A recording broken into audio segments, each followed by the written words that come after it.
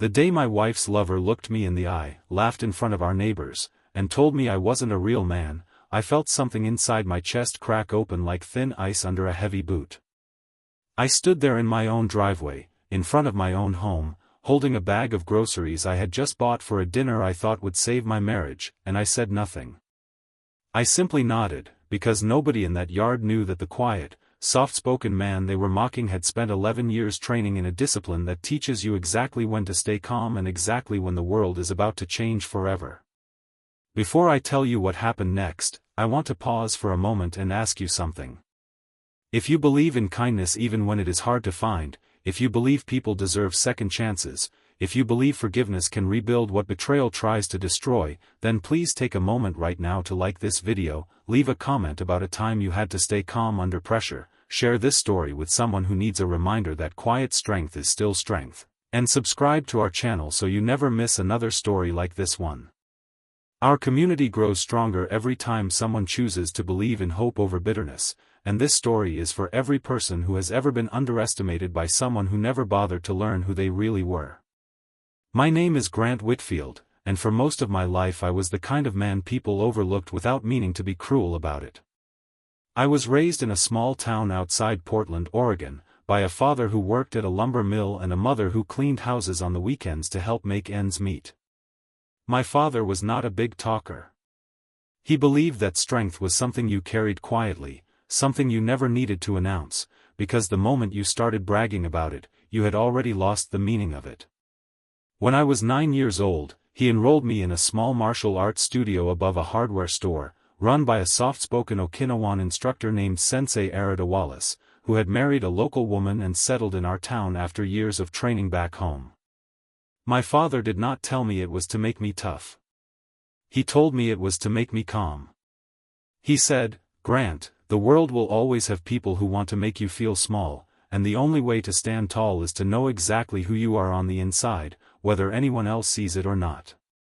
I trained for years in that small studio, moving up through belts the way other kids moved through grades in school, until by the time I turned 22, after almost 13 years of discipline, patience, and quiet dedication, I had earned my black belt in Shorin-ryu karate. I never told people about it. I never wore it like a badge. I simply lived my life the way my father raised me, working construction jobs during the day, studying business at night, and eventually building a small but respected contracting company of my own, Whitfield Restorations, specializing in restoring old homes throughout the Pacific Northwest. I was proud of that business. I built it with my hands and my patience, the same two things my training had given me. At 28, I met a woman named Celeste Bardwell at a charity fundraiser for a local children's hospital.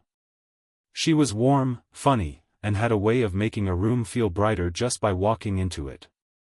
She worked as an interior designer, and there was something about the way she talked about turning empty houses into homes that made me fall for her almost instantly. We dated for 2 years before I proposed to her on a quiet beach along the Oregon coast, the same beach where my parents had taken me every summer as a child. She said yes with tears in her eyes, and for a while, our life together felt like the kind of story people write songs about. We married in a small ceremony surrounded by close friends and family, and for the first 4 years, our life was steady and good. We bought a modest home in a quiet neighborhood outside Salem, the kind of place with tall oak trees and children riding bicycles down the street after school. I worked long hours building my company, often coming home exhausted, my hands calloused, my clothes covered in sawdust and drywall dust. Celeste worked on her design projects, slowly building her own client list, and for a long time, we made a good team. We were not wealthy, but we were building something together, brick by brick, much like the homes I restored for other families. It was during the 5th year of our marriage that things began to shift, quietly at first, the way a small crack in a foundation grows wider over time without anyone noticing until the whole structure begins to lean. My business had grown busier, which meant longer days, more site visits, more early mornings and late nights. I told myself Celeste understood, because she had always been supportive of my ambition. What I did not realize was that somewhere in those long hours, loneliness had crept quietly into our home and found a seat at our table. Celeste had started working more closely with a wealthy client named Preston Callahan, a real estate developer who was renovating a series of luxury properties throughout the city. Preston was confident in the way that men who have never faced real hardship often are, charming in conversation, generous with compliments, and always dressed as though he had just stepped out of a magazine advertisement for expensive watches. He began requesting Celeste specifically for his projects, praising her work loudly in front of others, sending her thoughtful gifts under the guise of professional gratitude, and slowly, without either of us fully realizing what was happening, he began filling the emotional space that my long work hours had left empty. I want to be honest with you, because this story only means something if I am honest. I am not going to pretend I was a perfect husband during those years. I made mistakes. I let work consume me. I missed dinners I had promised to attend. I fell asleep some nights without asking Celeste how her day had gone. I was building a company, and in doing so, I sometimes forgot that a marriage needs the same daily attention that a business does, the same care, the same maintenance, the same willingness to show up even when you are tired. I share this not to excuse what happened next, but because I believe understanding the full truth of a story is what makes forgiveness possible later on, and forgiveness is very much a part of what this story is about. I first began to suspect something was wrong on a Tuesday afternoon in early spring. I had come home earlier than expected because a delivery of lumber had been delayed, and as I pulled into our driveway, I saw an unfamiliar silver sedan parked at the curb. Through the kitchen window, I saw Celeste laughing at something, her hand resting briefly on the forearm of a man I did not recognize. When I walked through the front door, the energy in the room shifted immediately. Celeste introduced him as a client, Preston Callahan, and he shook my hand with a grip that felt like it was trying to prove something. I remember thinking, in that moment, that there was nothing definitively wrong with what I was seeing. A wife having a business meeting with a client was not evidence of anything. But something in the quiet after he left, some heaviness in the air, told me that a door had been opened somewhere in our marriage that I had not been invited through. Over the following months, small things began to accumulate the way snow gathers quietly on a rooftop until the weight becomes dangerous. Celeste began working later. She started taking phone calls in another room. She grew distant during conversations, her eyes sometimes drifting somewhere far away even when we sat across from each other at dinner. I asked her more than once if everything was all right between us, and each time she reassured me that she was simply tired, that work had been demanding, that I was imagining problems that did not exist. I wanted to believe her, because believing her was easier than facing what my instincts were telling me. I had spent years learning to read an opponent's stance, to sense a shift in balance before a strike ever came, yet somehow I ignored the same instincts when it came to protecting my own home. The truth revealed itself on an ordinary Saturday afternoon in early summer, the kind of bright, warm day that makes betrayal feel even crueler because the world outside your window refuses to reflect the storm happening inside your chest. I had come home from a site inspection to grab blueprints I had forgotten, expecting the house to be empty since Celeste had told me she would be out running errands. Instead, I found Preston's silver sedan parked in our driveway again, and through the living room window, I saw them together in a way that left no room for misunderstanding. I stood frozen on our front porch for what felt like several minutes, my chest tight, my hands trembling not with fear but with a grief so sudden and sharp it nearly buckled my knees. I did not storm inside. I did not shout. I did not break anything. Instead, I walked back to my truck, sat behind the wheel, and allowed myself to cry for the first time in years, quietly, painfully, the way a man cries when the foundation of his entire life has just cracked beneath him. When I finally composed myself, I drove to a small park nearby, sat on a bench beside a pond where children were feeding ducks with their grandparents, and I thought about my father's words from all those years ago. Strength is something you carry quietly. I did not yet know what strength would look like in this situation, but I knew shouting and violence were not going to be the answer, not yet, not in that moment. I confronted Celeste that evening, calmly, without anger in my voice, though anger was certainly present in my heart. She broke down in tears almost immediately, confessing that the affair had been going on for nearly 4 months, that she felt lonely, that Preston made her feel seen in ways she felt I had stopped making her feel, that she never meant for it to happen, that she still loved me despite everything. I listened to every word without interrupting, because I believed, and still believe, that people deserve to be heard even when what they are saying breaks your heart. I told her I needed time, and I left that night to stay with my brother, Marcus, who lived 2 towns over with his wife and their 2 young daughters.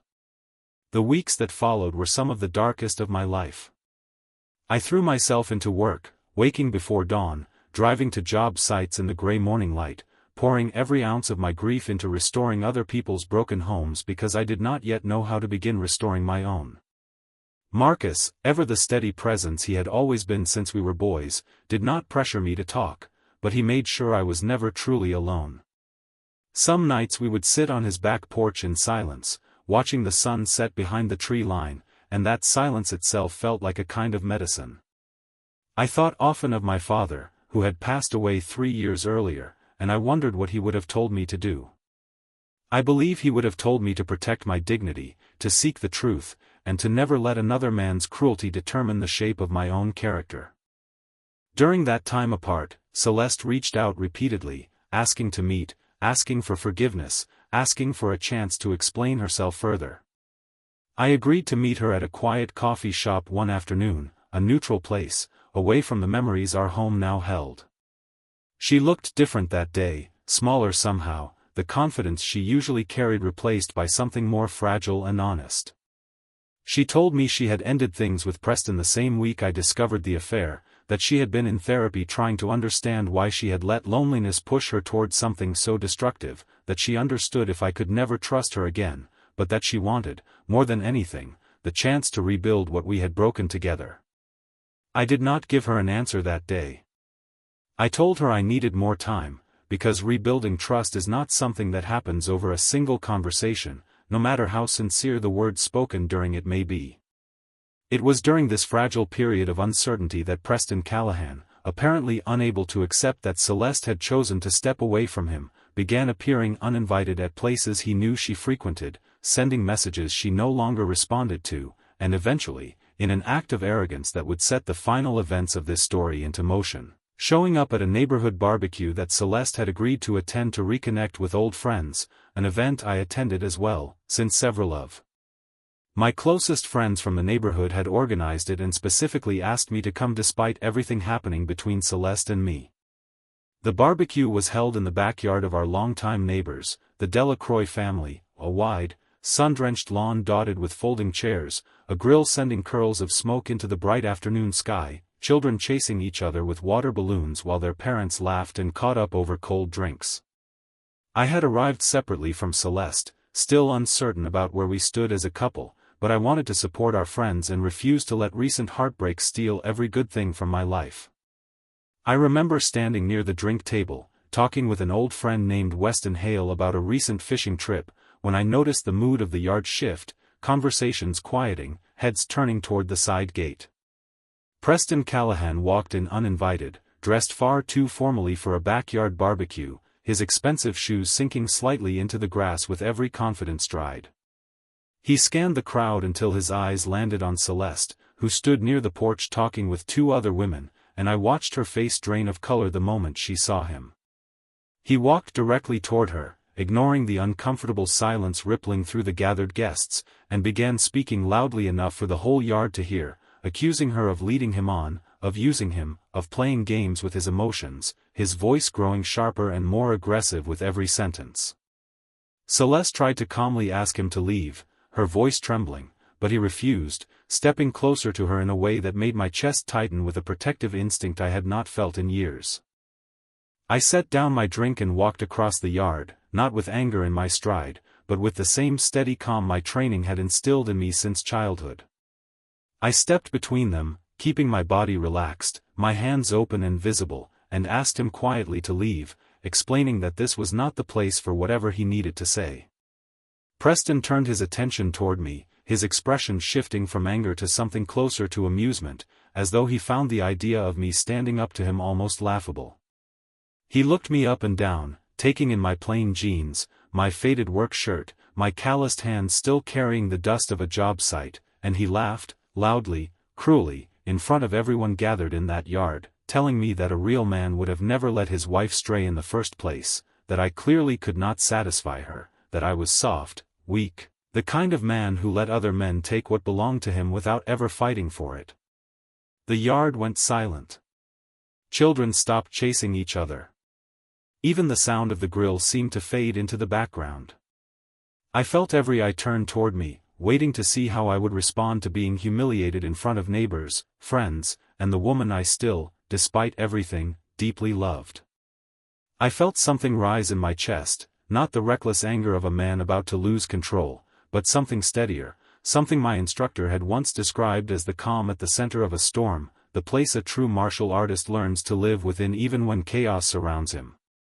I did not raise my voice. I did not clench my fists. I simply looked Preston directly in the eyes and told him, evenly, that he did not know the first thing about what made a man real, that real strength was not about winning arguments in front of an audience, and that I would ask him one more time, calmly, to leave. Preston, emboldened by what he mistook for weakness, stepped closer and shoved me hard in the chest with both hands, nearly knocking me off balance, and declared loudly that if I truly believed I was a man, I should prove it right there, in front of everyone, and fight him. Gasps rippled through the crowd. I heard Celeste call out my name, panic thick in her voice, and I heard Weston step forward as if to intervene, but I raised a hand slightly, signaling that it was all right, that I had this handled. I had spent over a decade of my life training not to prove my strength through violence, but to control it, to understand exactly when restraint was wisdom and when action became necessary. I looked at Preston, calm and unshaken, and told him quietly that he clearly did not know who he was talking to, and that I would give him one final chance to walk away with his dignity intact. Preston, fueled by embarrassment and wounded pride, swung at me first, a wild, untrained punch aimed at my jaw, the kind of strike a man throws when he has never actually been in a real physical confrontation in his life. Years of muscle memory took over instantly and instinctively. I shifted my weight just slightly to the side, redirected the momentum of his swing with a simple, controlled motion, and in a fluid movement that had been trained into my body since I was 9 years old standing in that small studio above the hardware store, I brought him gently but firmly to the ground, controlling his arm behind his back without causing him any real harm, holding him there just long enough for the entire yard to understand exactly what had just happened. The whole exchange lasted less than 4 seconds. There was no brutal beating, no dramatic flurry of violence, only precise, disciplined control, the kind of strength that does not need to shout to be understood. The yard remained silent for a long moment, everyone processing what they had just witnessed. I released Preston once I felt him stop resisting, stepping back calmly, my breathing steady, my expression unchanged. Preston scrambled to his feet, his face burning with humiliation far greater than anything my restrained response could have physically caused him, and without another word, he turned and walked quickly back through the side gate, his expensive shoes stumbling slightly across the grass he had walked so confidently across only minutes before. Nobody clapped. Nobody cheered. It was not that kind of moment. It was quieter than that, heavier than that, the kind of moment where an entire yard full of people silently recalibrated everything they thought they understood about the quiet, soft-spoken contractor who restored old houses for a living.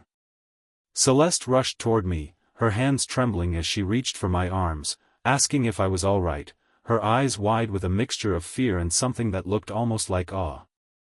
I told her I was fine, and in that moment, surrounded by neighbors who had just watched a stranger publicly question my worth as a man only to be shown, without a single ounce of cruelty, exactly what quiet strength looked like, I felt something shift inside me as well. I did not feel triumphant. I did not feel a need for validation. I felt, more than anything, a strange and unexpected clarity about who I was and what I valued, a clarity that had somehow gotten buried beneath months of grief, betrayal, and self-doubt. Word of what happened at that barbecue spread quietly through our neighborhood over the following days, not as gossip meant to embarrass anyone, but as a kind of quiet respect passed from neighbor to neighbor. People who had known me for years as simply the friendly contractor who fixed up old houses now looked at me with a new kind of understanding, though I never once brought the subject up myself. I did not need anyone's validation. I had spent too many years learning that real strength does not require an audience. In the days following the barbecue, Celeste and I finally had the conversation we had both been avoiding since the affair had come to light. We sat together on the back porch of our home, the same porch where we had shared coffee on quiet Sunday mornings for years before everything fell apart, and for the first time since discovering her betrayal, I felt like I was truly listening, not through the fog of shock and grief, but with a clearer heart, one that had somehow been steadied by the events of that afternoon. Celeste told me, through tears, that watching Preston humiliate himself in front of everyone had shown her something she had failed to fully appreciate during our marriage, that my quiet nature had never been weakness, that my steady calm was not the absence of strength but a different, deeper kind of it, the kind that does not need to announce itself to be real. She told me she had mistaken quiet consistency for boredom, steady reliability for a lack of passion, and that in chasing excitement and attention elsewhere, she had nearly destroyed the one relationship in her life built on genuine, patient love. I told her honestly that forgiveness would not come instantly, that trust, once broken, takes far longer to rebuild than it takes to shatter, but that I was willing to try, not because I believed our marriage could simply return to what it once was, but because I believed people are capable of growth when they are honest about their failures and genuinely committed to change. I told her about my father, about the lessons of quiet strength he had passed down to me, and I told her that real love, much like real strength, is proven not in grand gestures or dramatic declarations, but in the small, consistent choices made every single day, long after the excitement of a new beginning has faded. We began attending couples counseling together twice a week with a therapist named Dr. Naomi Ashcroft, a woman with kind eyes and an unflinching honesty that neither of us was always comfortable hearing. Those sessions were not easy. There were weeks where old wounds reopened, where anger resurfaced unexpectedly, where I sat in silence unable to find words for the grief still living inside me. But slowly, session by session, week by week, we began rebuilding something new, not a return to what we once had, but the foundation of something more honest, more resilient, built with a full understanding of how fragile love can become when it is left unattended for too long. I also made changes of my own during this period, not simply to save my marriage, but because Preston's cruel words, however wrongly intended, had forced me to reflect honestly on my own role in the distance that had grown between Celeste and me over the years. I restructured my business, hiring a reliable project manager named Colton Reyes to help oversee some of the larger job sites, allowing me to reclaim evenings and weekends that had for years belonged entirely to work. I began attending Celeste's design showcases, something I had rarely made time for before, standing quietly in the background as she proudly presented projects she had poured her heart into. I started leaving small notes for her in the mornings before she woke, simple reminders that I saw her, that I valued her, the kind of small daily gestures that my father had once told me matter more than any single grand romantic gesture ever could. Months passed, and slowly, painfully, beautifully, our marriage began to heal, not through some sudden dramatic transformation, but through the quiet, consistent effort of two people willing to face their mistakes honestly and choose each other again, every single day. I will not pretend that every difficult emotion disappeared entirely. There were still nights where old wounds ached unexpectedly, still moments where trust needed to be gently rebuilt one honest conversation at a time. But we chose, together, to keep showing up for each other, and slowly, that choice began to matter more than the pain that had once threatened to define us. As for Preston Callahan, I heard through mutual acquaintances that he eventually moved away from the area entirely, his reputation among local clients quietly damaged not by any effort of mine, but simply by the natural consequences of his own arrogance and poor judgment finally catching up with him. I want to be honest and say that I did not celebrate his downfall. I did not wish him further harm. I had learned, through years of discipline and through the painful events of that year, that true strength is not measured by how thoroughly you defeat someone who wrongs you, but by how gracefully you rise above the need to see them suffer at all. I hoped, in whatever way was possible for a man like him, that he would eventually find his own path toward humility and growth, the same way I had been forced to find mine. If this story has touched your heart in any way, I want to gently ask you to take a moment and leave a comment sharing a time in your own life when quiet strength carried you through a moment that could have easily broken you, or a time when forgiveness helped you rebuild something you thought was lost forever. Your stories matter deeply to our community, and reading them reminds all of us that healing, though difficult, is always possible. 2 years have passed since that bright summer afternoon in the Delacroix family's backyard, and today, Celeste and I are still together, still choosing each other every single day, our marriage stronger and more honest than it ever was before betrayal forced us to confront the parts of ourselves we had been neglecting. We welcomed a daughter last spring, a bright-eyed little girl named Harper, whose laughter fills our home in a way that reminds me daily of exactly what my father meant all those years ago when he told me that real strength is something you carry quietly, something that shows itself not through grand declarations, but through the steady, patient way you choose to love the people in your life, even after they have hurt you, even after the world has tried to convince you that gentleness is weakness. I still run my restoration business, still spend my days turning broken, forgotten houses back into homes, and I have come to understand that the work I do professionally has always mirrored the deeper work I was called to do in my own marriage, taking something cracked and damaged and, with patience, care, and a great deal of quiet effort, restoring it into something whole again. If this story touched your heart, please like this video, leave a meaningful comment below, share it with someone who needs a reminder that hope and second chances are always possible, and subscribe to our channel so you never miss another emotional journey. Our family, much like every family watching this story today, learned that true strength is never loud, that forgiveness is not weakness but one of the bravest choices a person can make, and that no matter how deeply something is broken, with patience, humility, and love, it can always be restored into something even stronger than it was before.